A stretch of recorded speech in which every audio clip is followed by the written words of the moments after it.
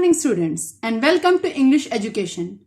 Today, I'm going to start the next poem of your book of class 9 from your book Beehives. And the name of the poem is The Legend of Northland, and it is written by Forbes Carey. This is a poem जो कि Northland के बारे में एक कहानी, एक legend बताता है. और without wasting much of our time, we shall start with the poem. I'll just give you the explanation of the poem. I'll give the tough word meanings, and even I'll give you the literary devices at the end of the poem. So better be ready with your copies so that you can note it down. So let's start. Away, away in the Northland, where the hours of a day are few and the nights are so long in winter that they cannot sleep them through. कहा जा रहा है दूर, बहुत दूर Northland. Northland कहाँ होता है? जो नॉर्थ पोल के आसपास वाला रीजन होता है ना, उसको कहा जा रहा है. जैसे ग्रीनलैंड होता है, all that.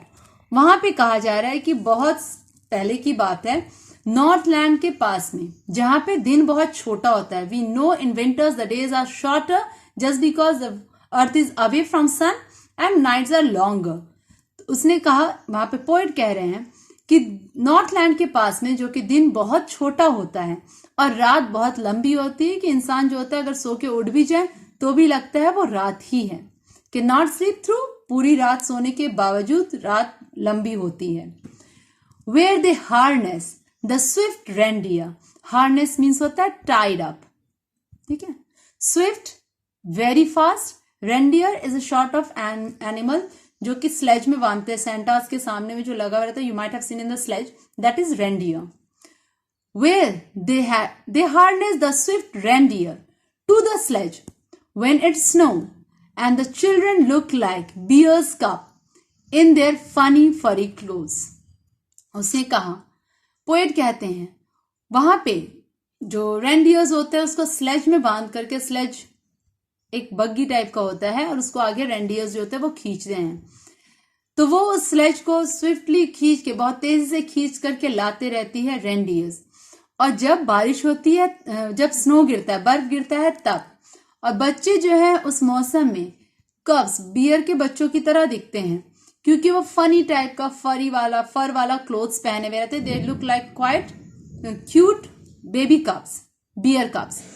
They tell them a curious story. They यहाँ पे है पेरेंट्स या फिर द एल्डर्स. उसको बड़े बड़े लोग जो होते हैं, जो देम, और देम यहाँ पे बच्चों को कहा जा रहा है या फिर कोई भी यंगस्टर जिसको कहानी सुनाई जा रही है. They tell them the curious story. I don't believe this true, and yet you may learn a lesson if they tell the tale to you. उसने कहा, पोएट कह रहे हैं कि वो सब पेरेंट्स है जो बड़े हैं, वो बच्चों को कहानी सुनाते हैं.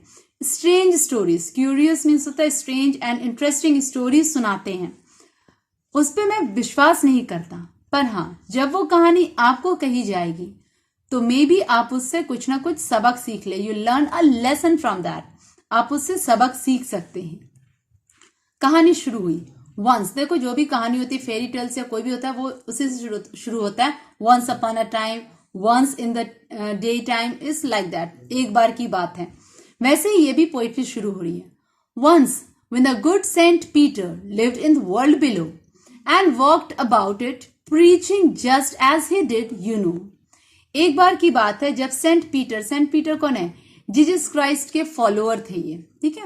उसने कहा जब सेंट पीटर, जो कि जीसस क्राइस्ट के फॉलोअर थे, वो दुनिया में ही थे, मतलब वो जीवित थे, वो दुनिया में इधर उधर भटक रहे थे और प्रीचिंग दे रहे थे. प्रीचिंग मीन्स होता है वो जो प्रवचन दिया जाता है वो देते चल रहे थे.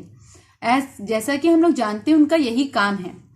He came to the door of a cottage in traveling round the earth, where a little woman was making cakes and baking them on the earth. Earth here means वो जो आग का भट्टा होता है उसको कहा जा रहा है. उसने कहा कि वो प्रीचिंग करते हुए इधर उधर घूम रहे थे. तब वो एक कुटिया के सामने में आते हैं, कॉटेज के बाहर आते हैं, पूरी दुनिया घूमते घूमते.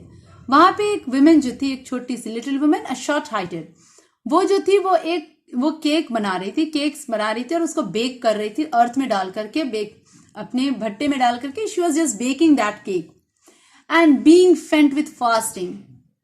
for a day was almost done, he asked her from her store of cakes to give him a single one. अब वो जो सेंट पीटर थे वो सारा दिन भूखे प्यासे इधर उधर जब घूमते रह गए, फास्टिंग किया उन्होंने. Fasting means when you don't eat anything full day. वो जब फास्टिंग कर रहे थे वो ऑलमोस्ट फेंट होने वाले थे, बेहोश होने थे, बहुत कमजोर हो चुके थे क्योंकि दिन पूरा भूखे ही रह करके खत्म हो गया था उनका. वो उस लेडी के पास जाते और उसको बोलते कि तुम्हारे पास तो केक का स्टोर पड़ा हुआ है, उनमें से मुझे एक दे दो please, because he was going to faint down. So she made very little cake, but as its baking lay, she looked at it and thought it seems too large to give away. अब देखो ये वाले line से ये समझ में आ रहा है जो वो औरत है, वो जो लेडी है जो केक बेक कर रही है, वो कितनी माइजर है. ठीक है, शी इज वेरी माइजर. माइजर मीन्स क्या होता है? कंजूस. She is very माइजर. वो बोलती है कि जैसे ही वो केक को उस बेक में डालती है बेक करने के लिए, और जब वो केक बेक होता है तभी वो केक पे नजर पड़ती है उसकी और वो सोचती है कि ये केक देने के लिए बहुत बड़ा है, वो इतना बड़ा केक किसी को दे नहीं सकती. Therefore, she needed another. Needed means होता है गूंथना, आटा गूंथते हैं ना फ्लोर को, that is called to make a dough, उसको कहा जा रहा है. वो दूसरा डो बनाती है और थोड़ा छोटा, but it looks when she turn it over as large as the first had done. पर जब वो उसको भी पलट करके देखती है तो वो भी पहले वाला ही इतना बड़ा लग रहा था, तो वो उसको भी देना वो नहीं चाहती है. Then she took a tiny scrap of dough. Scrap means होता है टुकड़ा, छोटा सा टुकड़ा निकालती है डो का, and rolled it flat. अब वो उसको रोल करके बेल करके बेलन से एकदम पतला कर देती है. उसके बाद and baked it thin as a wafer. और वो केक नहीं एक वेफर की तरह बन जाता है, एकदम पतला. Wafer you might have seen in the cones, जब आप सॉफ्टी या कुछ ऐसा आइसक्रीम खाते हैं उसका जो बाहर वाला टुकड़ा होता है hard one, that is called wafer, पतला होता है. You might have eaten chips and all that, वो सब पतला होता है, दैट आर कॉल्ड वेफर्स. तो उसने उस केक को नहीं, वो इतना पतला डो ली थी कि वो एकदम वेफर की तरह पतला बन रहा था. It won't look like a cake, but she couldn't apart with that. पर वो उसको भी अपने से अलग नहीं कर सकती थी. For she said, और वो उसको देख करके क्या कह रही थी? My cakes that seems too small when I eat of them myself, and yet too large to give away. So she put them on the shelf. उसने कहा मेरा केक जो कि मैं जब खाती हूं तो बहुत छोटा रहता है, पर जब मैं उसे किसी के देने के लिए सोच रही हूं तो ये बहुत बड़ा लग रहा है, इसीलिए वो उस वेफर को भी अपने शेल्फ पे, अपने अलमारी पे उसको रख देती है और वो उसको नहीं देती है. जब सेंट पीटर ने ये चीज देखा तो उनका रिएक्शन क्या हुआ? Then good Saint Peter grew angry, for he was hungry and faint, and surely such a woman was enough to provoke a saint. Provoke means होता है to burn, गुस्सा दिलाना. ठीक है, अब क्या हुआ? वो सेंट पीटर ने जब ये चीज देखा तो वो गुस्सा जाते हैं क्योंकि वो सवेरे से भूखे थे और वो लगभग बहुत कमजोर हो चुके थे, वो बेहोश होने वाले थे, कुछ ऐसा. इसीलिए उसने क्या किया? वो सोचते हैं कि इन जैसी औरत जो कि वहां पे थी उस केक के लिए, उस जैसी लालची औरत काफी है किसी भी महंत को, सेंट को गुस्सा दिलाने के लिए. And in anger what he did, and he said you are far too selfish to dwell in a human form, to have both food and shelter and fire to keep you warm. वो Saint जो थे वो गुस्सा हो जाते हैं और वो गुस्सा होकर क्या कहते हैं? तुम बहुत दूर हो, तुम बहुत सेल्फिश हो, तुम इंसान होने लायक नहीं हो. To dwell, to live, dwell means होता है लिव, रहना. ठीक है, उसने कहा तुम इंसान की तरह जिंदगी नहीं गुजार सकती क्योंकि तुम इंसान के नाम पे धब्बा हो. You are a selfish women. तुम्हें भगवान ने फूड और शेल्टर दोनों दिया है जो कि तुम डिजर्व नहीं करती हो, और फायर दिया है ताकि तुम इस नॉर्थलैंड जैसी जगह, इसलिए कहा जा रहा है क्योंकि वो नॉर्थलैंड की कहानी थी. फायर दिया है, आग दिया है ताकि तुम अपने आप को गर्म करके यहां रह सको. Now you shall build as a bird do and shall get your scanty food by boring and boring and boring all the day in hard dry woods. उसने कहा अब तुम इंसान की तरह जिंदगी नहीं गुजार सकती. उसने उसको कर्स किया, श्राप दे दिया, और क्या कहा कि अब तुम चिड़िया बन करके जिंदगी गुजारोगी. तुम्हें बहुत स्कैंटी फूड मिलेगा। स्कैंटी में मीन्स होता है लिटिल अमाउंट, बहुत छोटा सा, थोड़ा सा, थोड़ा फूड मिलेगा। और सारा दिन तुम हार्ड लकड़ियों पे छेद करके, बोरिंग मीन्स होता है टू डिग सम होल्स, उसने कहा कि तुम पूरे लकड़ियों में छेद कर करके अपना जिंदगी गुजारोगे, ड्राई हार्ड वुड्स में छेद करके। Then up she went through the chimney, never speaking a word, and out of the top flew a woodpecker, for she was changed to a bird. अब क्या हुआ, जैसे ही वो अंदर जाती है, वहां पे जो चिमनी जल रही होती है उसके अंदर वो खड़ी हो जाती है, और वहां से उसके बाद उसने एक लफ्ज नहीं कहा, मतलब वो वहां से उसमें चेंज हो गया। वो एक चिमनी से बाहर निकलती है जब टॉप रूफ पे, तो एक चिड़िया बन चुकी होती है, और वहां से वो वुडपीकर बन करके उड़ती है। She has change to a bird, वो वुडपीकर बन चुकी थी। She had a scarlet cap on her head, जब वो एक विमेन थी तो उसके सर पे एक टोपी था रेड कलर के। स्कारलेट मीन्स होता है ब्राइट रेड, ठीक है, एक ब्राइट रेड कलर की टोपी थी उसके सर पे। वो अभी भी है, क्योंकि इस बर्ड के सर पे, चिड़िया के सर पे, वुडपीकर के सर पे, you might have seen a red cap short of thing is there, वो उसके सर पे ही है। पर rest of the body clothes were burnt in the chimney, बाकी सारे जो बॉडी में क्लोथ्स उसके थे वो उसी चिमनी में जल करके खत्म हो गया।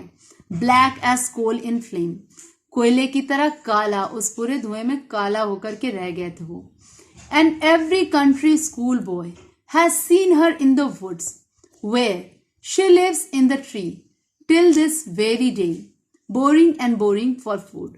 अब जितने भी बच्चे हैं या उस गांव के लोग हैं, कंट्री स्कूल बॉयज गांव के लोग हैं, उन लोगों ने उस चिड़िया को अभी भी देखा है। वो उन्हीं जंगलों में रहती है और सारा दिन फूड इकट्ठा करती है और फिर लकड़ियों में छेद करते रहती है। This is all about the poetry. Children, this is quite interesting poetry just because it seems that you should not be selfish and you should not think of your own only. You should think of for others too. You should not harm anyone and think for others too. This is all what the poet wants to explain. Now with this we come to an end.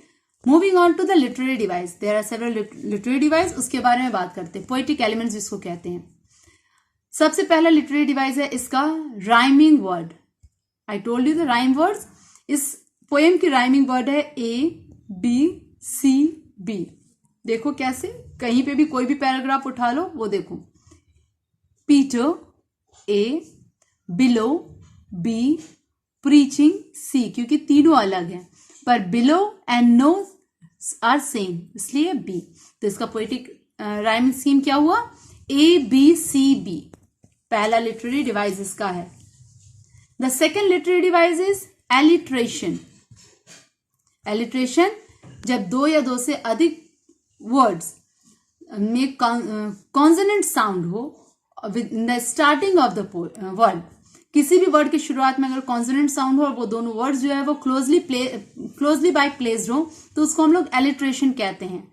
So we can see there are several instances, बहुत सारे instance है, पर यहाँ पे हम लोग कुछ को देखते हैं. जैसे कि line number 4, that, the, they, them, दो. यहाँ पे देखो द साउंड जो है वो रिपीट हो रहा है.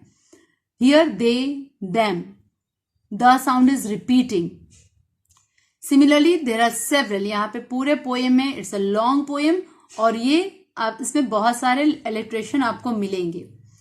Now come to the next poetic device, that is repetition. देखो रिपीटेशन क्या होता है? रिपीटेशन होता है जब आप कोई भी वर्ड्स या कोई भी लाइन को रिपीट करें in the poetry to show the to emphasise something. उसको आप स्ट्रांग दिखाने के लिए, उस पर जोर देने के लिए जब कोई चीज रिपीट किया जाता है, दैट इज कॉल्ड रिपीटेशन. यहाँ पे रिपीट किया जा रहा है अवे अवे, दूर दूर, तो दिस इज रिपीटेशन. ठीक है.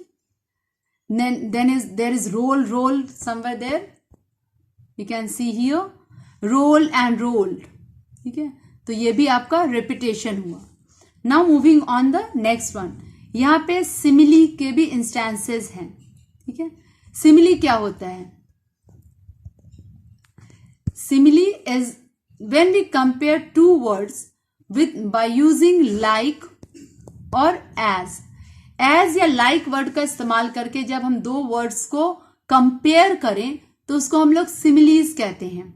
यहाँ पे देखो लाइक अ बियर कप, यहाँ पे चिल्ड्रन को किस चीज से हम लोग सिमिलाइज कर रहे हैं, बियर कप से, तो ये सिमिली कहलाएगा।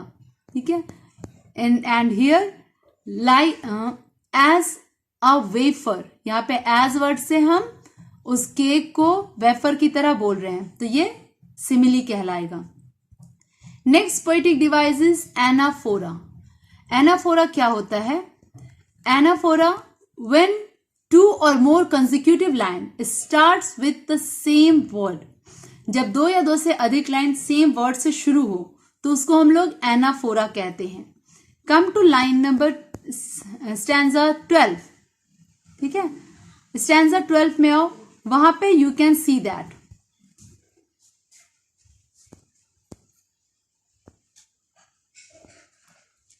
टू हियर इट इज, यहां पे भी टू से शुरू हो रहा है और ये भी टू से शुरू होता है, ये एनाफोरा हुआ। And the next is enjambment. What is एम्जैबमेंट?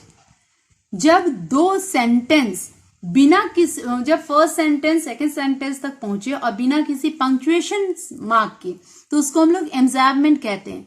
एम्जैबमेंट के बहुत सारे इंस्टेंसेस इस पोएट्री में मौजूद हैं, हम लोग देख सकते हैं। जैसे आप सेकंड थर्ड लाइन में आइए, and the night are so long winter that they can not sleep them through, तो ये देखो बिना किसी पंक्चुएशन मार्क के हम लोग लाइन 4 तक पहुंचे हैं, तो ये हो गया।